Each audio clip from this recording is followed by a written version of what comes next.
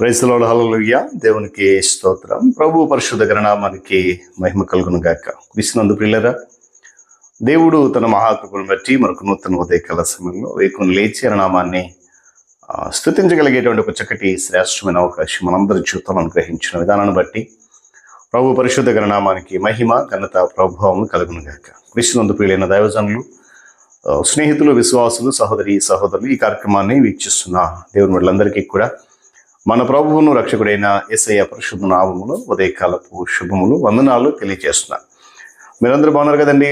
చాలా సంతోషము. రండి, అనుదిన అభివృద్ధి ఉదయకాలపు ధ్యానాలు అటువంటి ఆధ్యాత్మిక కార్యక్రమంలో నాతో పాటు పాలుభాగస్లు కమ్మని ఈ దినం కూడా నేను ప్రేమతో ఆహ్వానిస్తున్నాను.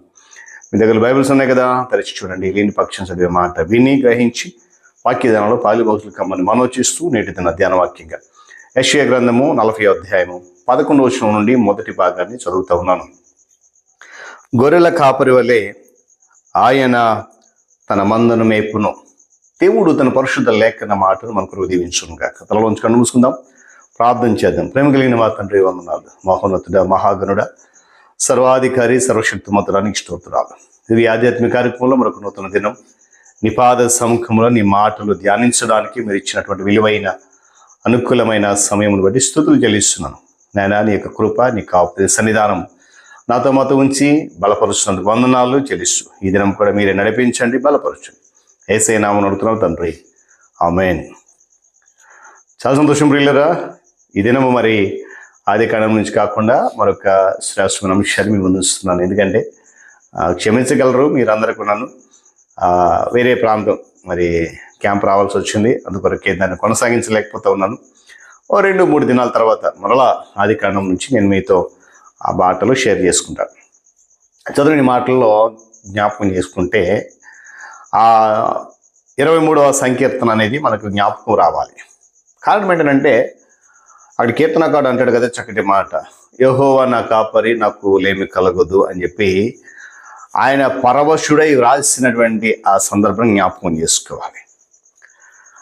ఆ మాట రాసినప్పుడు దావీదు అంటాడు సౌలు దగ్గరికి వెళ్ళి, అయ్యా, నేను నా గొర్రెలను కాస్తూ ఉన్నప్పుడు ఎలుగుబండి వచ్చింది, సింహం వచ్చింది, వాటి బారి నుండి నన్ను నేను కాపాడుకున్నాను, నాతో పాటు నా గొర్రెలను కూడా కాపాడుకున్నానని చెప్పి చాలా గర్వంగా చెప్పుకున్నప్పుడు రాబోయే మెస్సయ్య తనను తాను మంచి కాపరిగా ప్రకటించుకుంటున్నాడని బహుశా ఊహించి ఉంటాడు.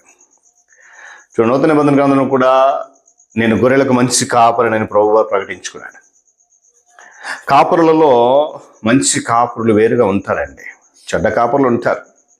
అయితే మంచి కాపరి ఏం చేస్తాడు, చెడ్డ కాపరి ఏం చేస్తాడు అనే విషయం గమనిస్తే, మంచి కాపరి ప్రతినిత్యము కూడా తన మంద కొరకు అహర్నిశలు కూడా మేల్కొని ఉండి వాటిని కంటికి రెప్పలా కాపాడుతూ వస్తాడు.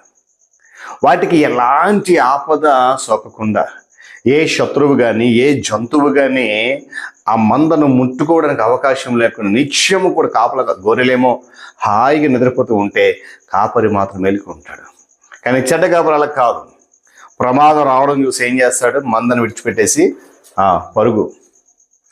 గమనించిన ఉదయకాలసిన దేవుని బిడ్డలారా, మంద కొరకు అహర్నిశలు ఆలోచించేటువంటి కాపరి మంచి కాపరి. బందిపాట్ల నుండి తన మందనాన్ని కాపాడుకుంటూ ఉంటాడు.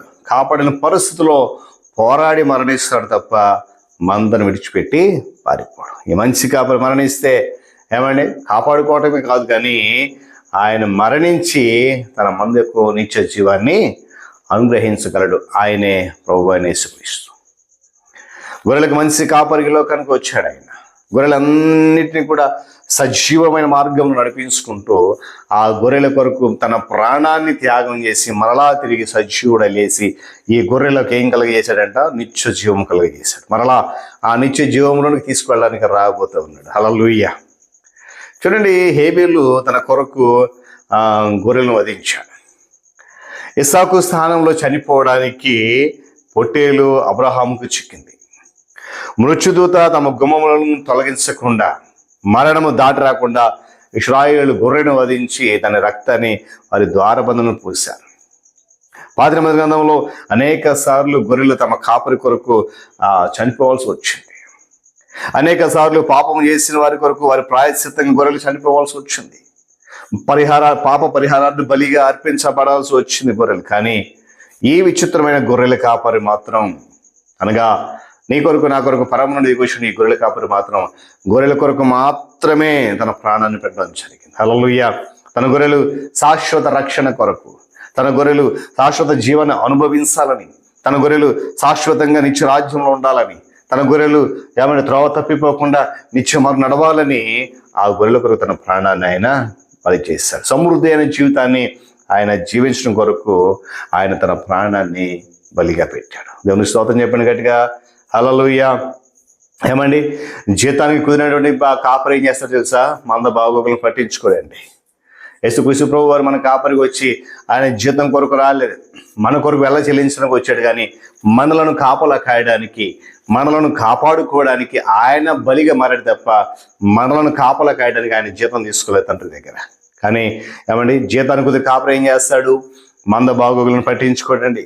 తనకు అనుకూలంగా ఉన్న చోటు వాటిని తీసుకెళ్తాడు, ఎక్కడైతే అనుకూలంగా ఉంటుందో అక్కడికి తీసుకెళ్తాడు. జీతగాడికి ఏమండి మంద ఒక్కటే బాధ్యత కాదు, కానీ మంచి కాపరికి ఏకైక బాధ్యత మందను నడిపించడమే. జీతానికి ఉన్న కాపరి ఏం చేస్తాడు? మందను ఎక్కడ విడిచిపెట్టి ఇష్టానుసారంగా తిరిగి వస్తాడు, ఊరంతా చుట్టేస్తూ ఉంటాడు, రకరకాల పనులు తల మీద పెట్టుకుంటాడు. కానీ ఈ కాపరి బాధ్యత ఏం తెలుసా? కేవలం మంద మీద మాత్రమే తన దృష్టి అంతా కూడా ఉంచుతాడు. హల్లెలూయా. గమనించాలి, ఆయన వాటిని తొందర చేయడు. జీతానికి ఉన్న కాపరి ఏం చేస్తాడు? త్వరగా పదండి పదండి హోయ్ హోయ్ అని చెప్పి వాటిని కంగారు పెట్టేస్తూ ఉంటాడు. కానీ మంచి కాపరి, బాధ్యత కలిగిన కాపరి ఆ మందను తొందర పెట్టాడు. కలిసి నడవలేక ఉన్నటువంటి గొర్రెలను ఆయన భుజాలపై వేసుకుని మోస్తాడు. కానీ జీతం కుదిరి కాపరి ఏం చేస్తాడు? ఏదో ఒక రకంగా వాటిని ముందుకు నడిపించిన ప్రయత్నం చేస్తూ ఉంటాడు. గమనించాలి, నిజమైన కాపరి గొర్రెలు రక్షించడం కోసమే పుడతాడు.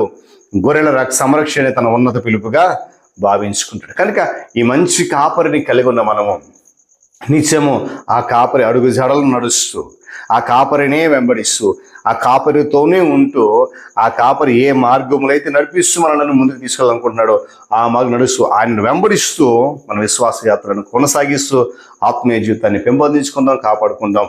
పరిశుద్ధాత్మ సహాయంతో ముందుకు కొనసాగుదాం. దేవుడి మాటలు మన కొరకు దీవించును గాక. తల ఉంచి కన్ను మూసుకునండి, ప్రార్థన చేసుకుందాం. ప్రేమ కలిగిన తండ్రి వందనాలు.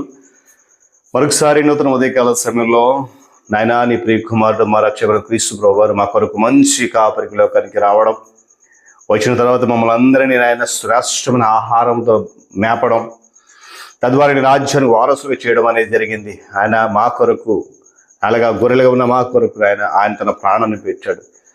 ఆయన మా బాగోగులు పట్టించుకోవడానికి ఒక బాధ్యత ఎంచుకున్నాడు.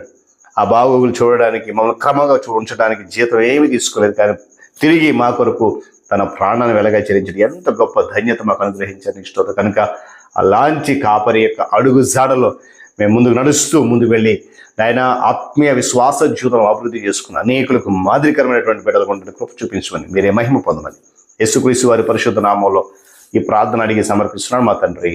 ఆమేన్. త్రియేక దేవుని దీవెన, ఆయన సన్నిధి కాపుదల సదాకాలము మనందరికీ తోడుగా ఉండి నడిపించును గాక.